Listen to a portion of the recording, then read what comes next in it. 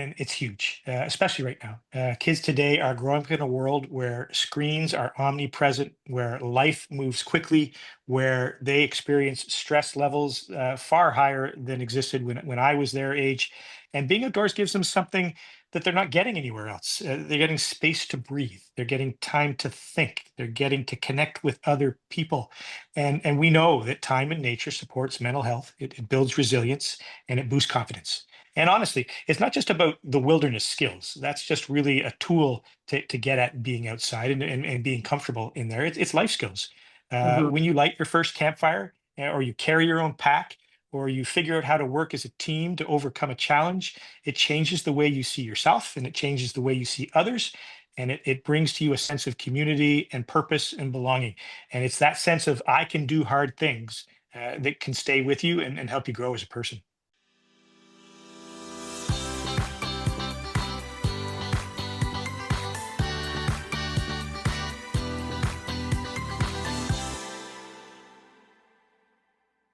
All right, everyone, welcome back. I hope you guys are having a great day. I am your host, Luigi from Let's Move Canada, and today I am joined by a very special guest who will actually be our Let's Move Canada new podcast co host for the fall season, Emily.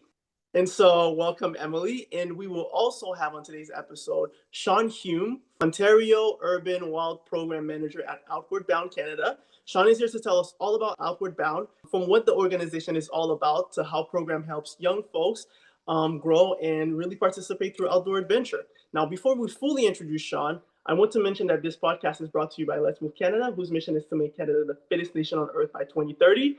And our podcast aims to raise awareness about the importance of both physical and mental health and to spotlight the people and ideas making the movement more exciting and accessible to everyone. And of course, today we want to spotlight one of these people in the organization they work for. Again, Sean has spent more than 30 years in education with a focus on outdoor and experiential learning. As a former teacher and principal, he brought nature into the classroom because he believed in its power to transform young people's lives. Now, at Outward Bound, he continues the work by guiding youth through hands on wilderness programs that build resilience, leadership, and connection. And beyond his role at Outward Bound, he also dedicates time to Scouts Canada, further fostering young people's love for the outdoors, both professionally and as a volunteer. Sean, we're super excited to have you on today. Welcome, welcome, welcome. Thanks so much. Happy to be here. Awesome, awesome. We're Now, so excited to have you, Sean. So first, just getting into it, can you tell us a little bit about your role at Outward Bound and what drew you to this type of work? Yeah, absolutely. So I work for Outward Bound Canada as the program manager for what we call the Urban Wild program.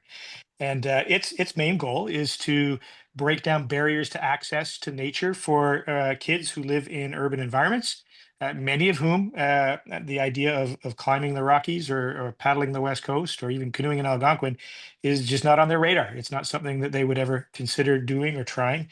So we bring adventurous outdoor programming to kids in the urban environment itself, and we make use of the ravines and the rivers and the lake right here in the city of Toronto and across the GTA to have some excellent urban adventures for them. And so my job is to help design and deliver those outdoor education programs and push people to discover that they're capable of more than they think they are. And that an outdoor adventure is going to get them active, it's going to get them outdoors, and it's going to improve their life. So what drew me to that is my childhood. I've been outdoors and camping and being a part of that my whole life, and it's a belief I've always had that there is time in nature to transform you and to change your life for the better. I've seen it over and over again that there are young people who think they can't make it up a trail. They think maybe they can't paddle another kilometer, and then they do it, and you get to see that spark, that moment when they realize they're stronger than they thought they were, and that's why I do this work. really, really cool. So it sounds like you have your own experience that you're bringing to the table aside from the professional aspect of it. But it's like, okay, I grew up on this. I know what this feels like, and so I want to pass this on to you guys. And it sounds very it sounds very full circle. It feels that way, and I'm really happy to be able to provide these opportunities for youth in the city and beyond to get outside. I know what it's done for me. I know it's done for my own kids, and I see value in it with every kid that we have in our programs. Amazing. Now, okay, so now speaking of programs, can you tell us a little bit more about the outward bound programs, as well as the charitable work that the organization does. Absolutely, yeah. So Outward Bound is a charity. It's a national organization, and it's part of an international network of Outward Bound schools that exist in over 42 countries around the world. And so we're able to provide professional risk management for youth who wouldn't necessarily know how to begin an outdoor adventure on their own, and may not have the resources to take part in those kind of adventures. So we try and break down those barriers of geography, as I said, by providing adventures close to home for youth, but also through our charitable donations, provide opportunities for youth for where money might be a barrier. There are lots of kids who get to go to summer camp every summer. They spend their time in Muskoka or at the cottage, but there are way more kids that don't have access to that kind of an experience.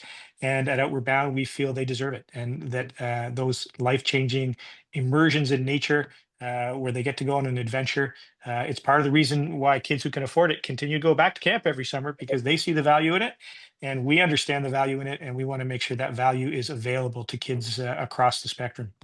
Yeah. So speaking of like the value that kids see in outward education that you guys promote, how do you see the how do you see the outdoor education contributing to well-being of children in Canada? Is that something you guys see with your program? We not only see it, we study it, and we document it, and it's huge, especially right now. Kids today are growing up in a world where screens are omnipresent, where life moves quickly, where they experience stress levels far higher than existed when I was their age. And being outdoors gives them something that they're not getting anywhere else. They're getting space to breathe. They're getting time to think. They're getting to connect with other people, and we know that time in nature supports mental health, it builds resilience, and it boosts confidence. And honestly, it's not just about the wilderness skills. That's just really a tool to get at being outside and being comfortable in there. It's life skills. Mhm. When you light your first campfire, or you carry your own pack, or you figure out how to work as a team to overcome a challenge, it changes the way you see yourself, and it changes the way you see others. And it brings to you a sense of community and purpose and belonging.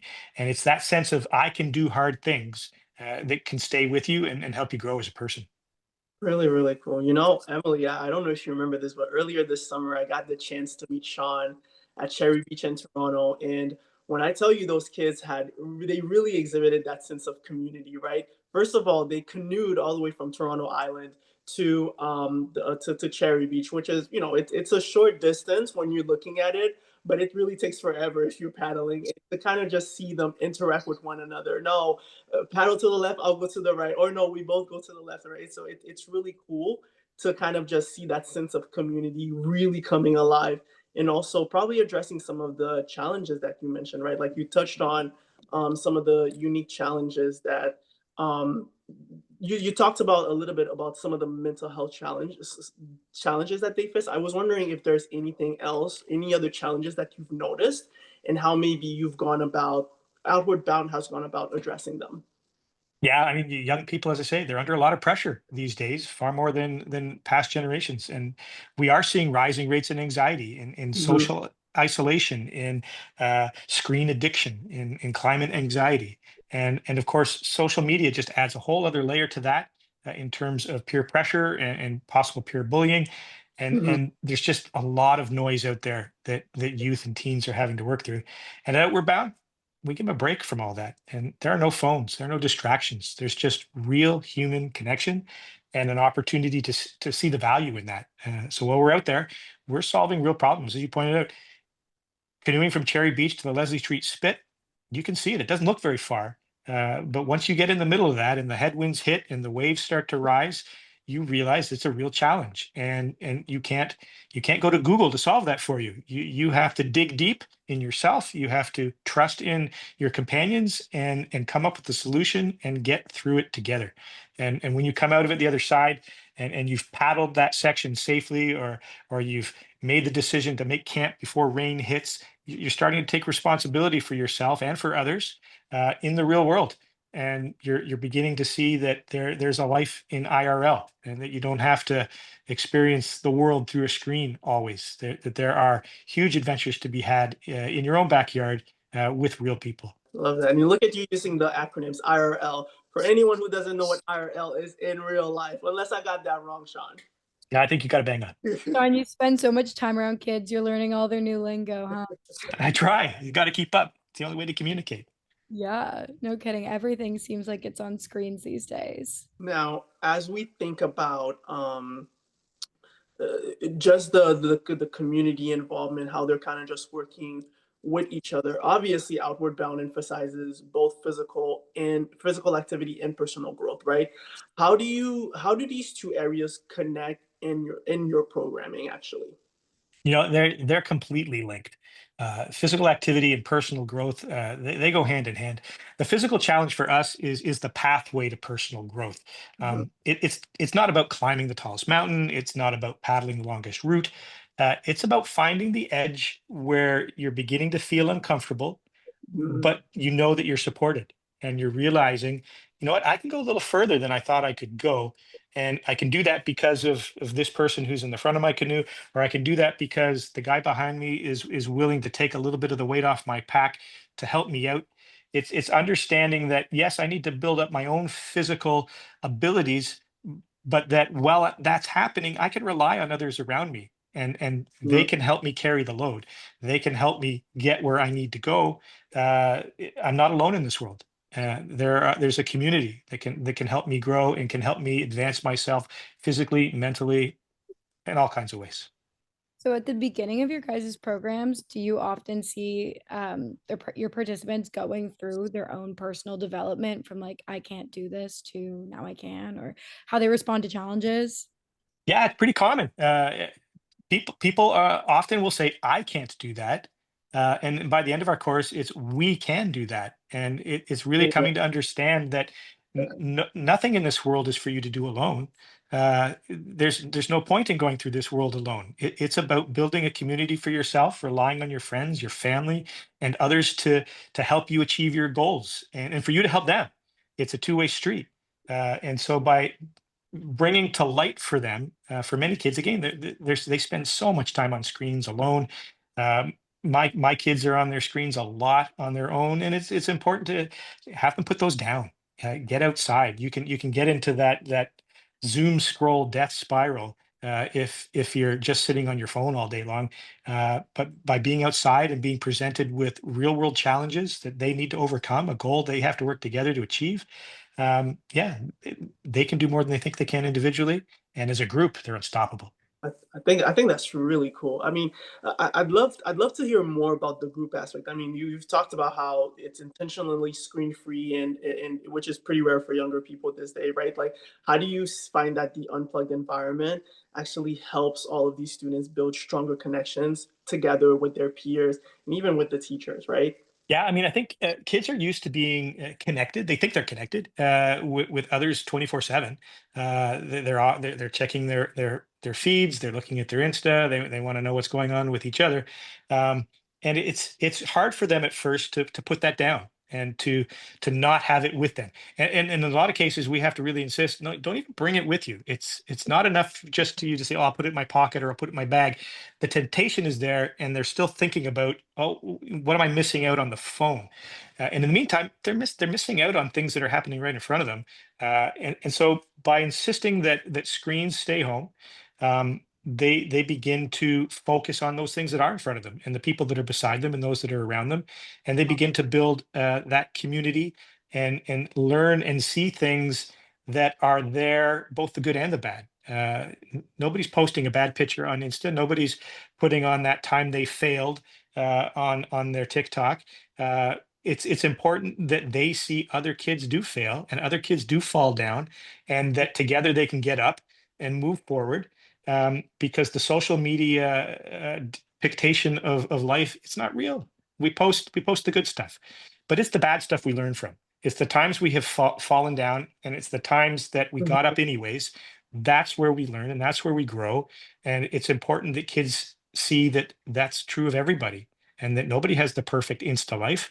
Um, for every great picture on Instagram, I'm sure there were 1,000 they deleted because it wasn't exactly what they wanted. Well, Right. all those deletions, that's real life. That's the moments in life that lead up to that great moment that you did post. Mhm. And it's important, I think, that everybody see it all.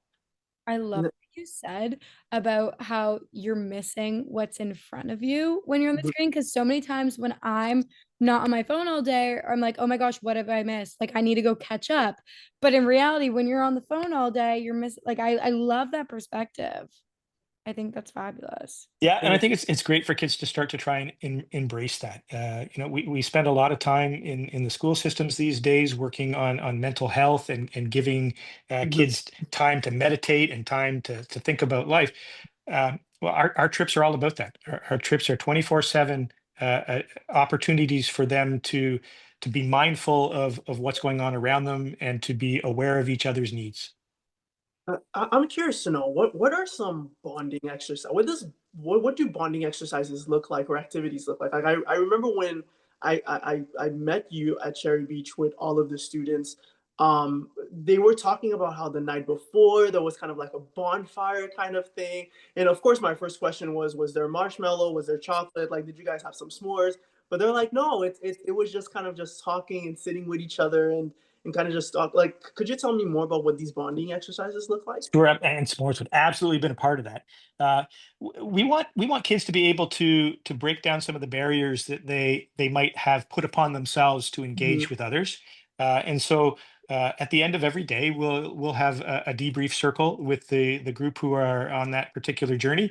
And it may be around a campfire, it may be at the shore of a lake, it may be in wherever they are in a different environment, using nature to help sort of draw their attention, mhm, but having that opportunity to mentally think back on the day's achievements, to think about your challenges. Where did you fall down? Who helped you get up?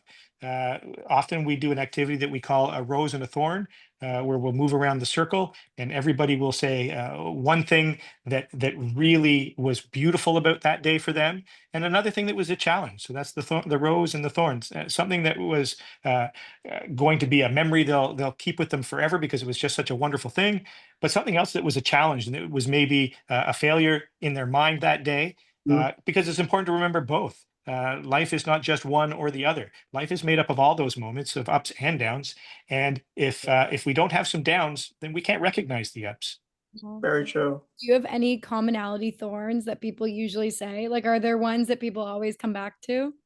Well, it really depends on the weather they've experienced that day, but certainly the weather often has a lot to do with those thorns. If they've had to do a hike and the rain has been pouring down on them all day, if we've come off a canoe trip into an area where there's a fire ban because of the heat, and they can't cook their supper, and they have to figure out what they're going to do with the food they brought now, because they still have to eat. Um, Oh, Often those thorns seem at the moment to be something insurmountable, and something they don't want to have to go through. uh-huh. But I guarantee when they're chatting with their friends a month from now, they're talking about the thorns. They're not talking about the roses. The beautiful days are beautiful days, and one melds into the other.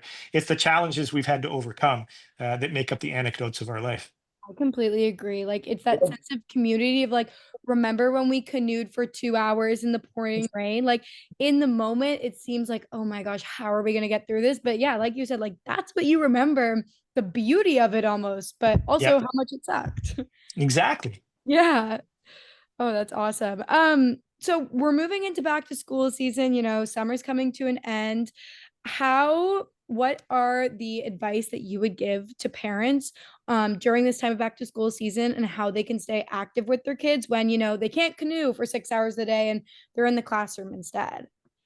I mean, fortunately for me, I live in Toronto, and there's green and blue space stitching all the concrete together. There's lots of places you can go. So for parents and others, I say just keep it simple. It doesn't need to be a huge wilderness trip to connect as a family. You can go for a walk. You can explore local trails. You can play outside. You can try camping in your backyard if you have access to that. Just make it easy and make it fun.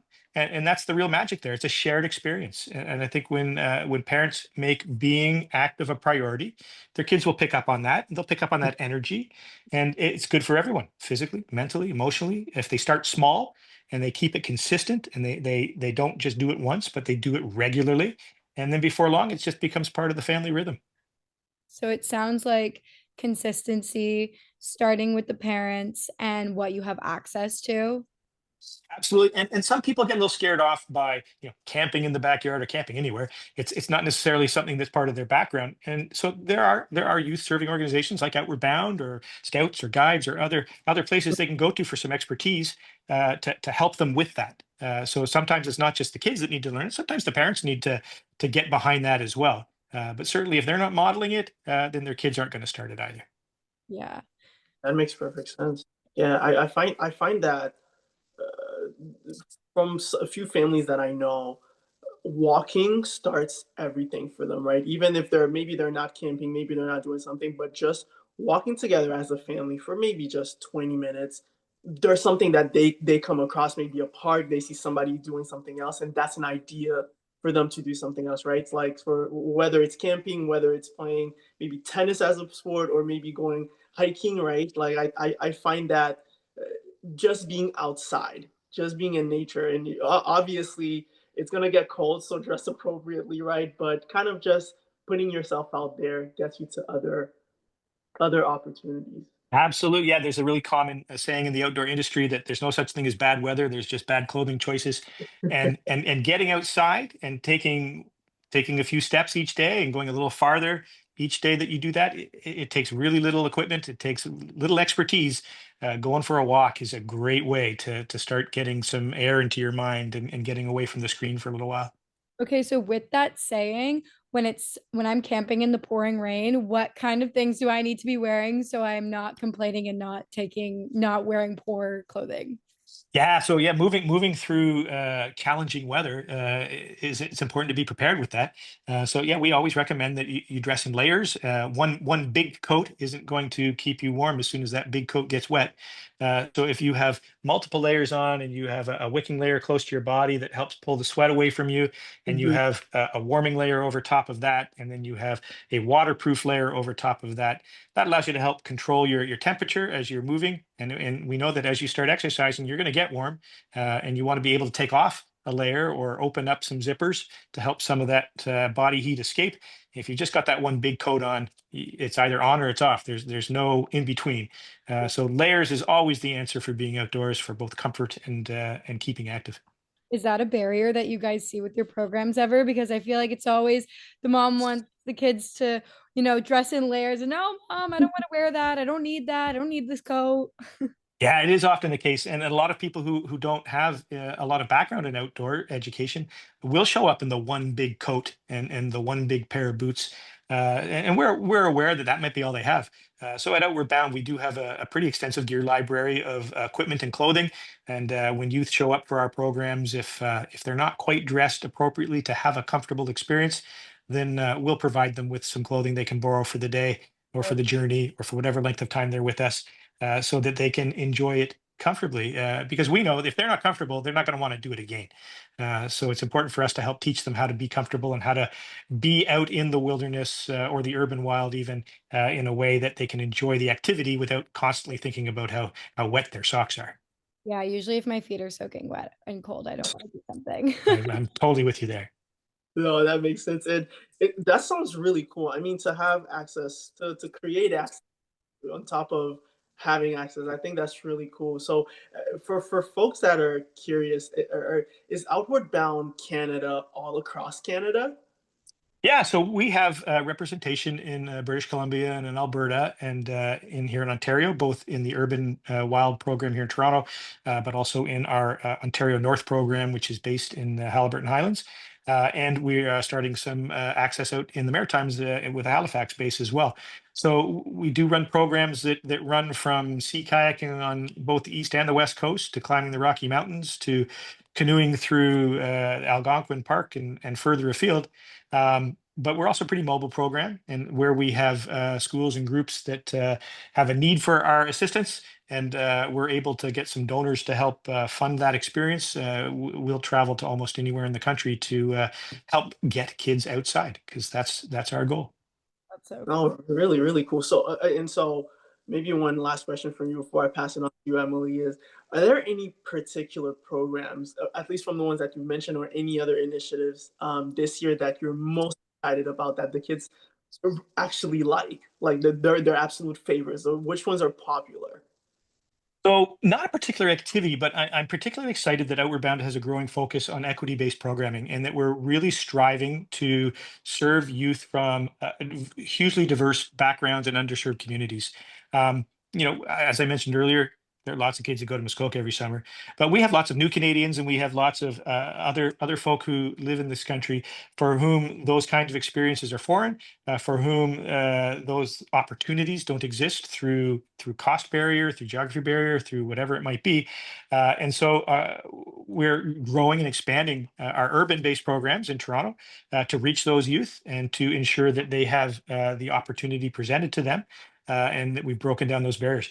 So, for instance, we had a group of new Canadians, all of whom were Muslim, who had very little background in camping, Mhm. and we took them to the Halliburton camp for 5 days of canoeing and hiking, and just having that sort of quintessential Canadian experience, uh, I think helped build their own community, and it helped bring them closer together with the Canadian community at large as well.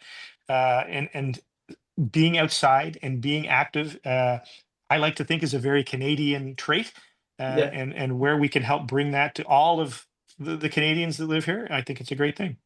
That's awesome. So, for listeners who are interested, like you said, you have that trip that you guys just did with Muslim Canadians. What's the best way to support programs like that, to support you guys, or learn more about Outward Bound? How can people get involved with that?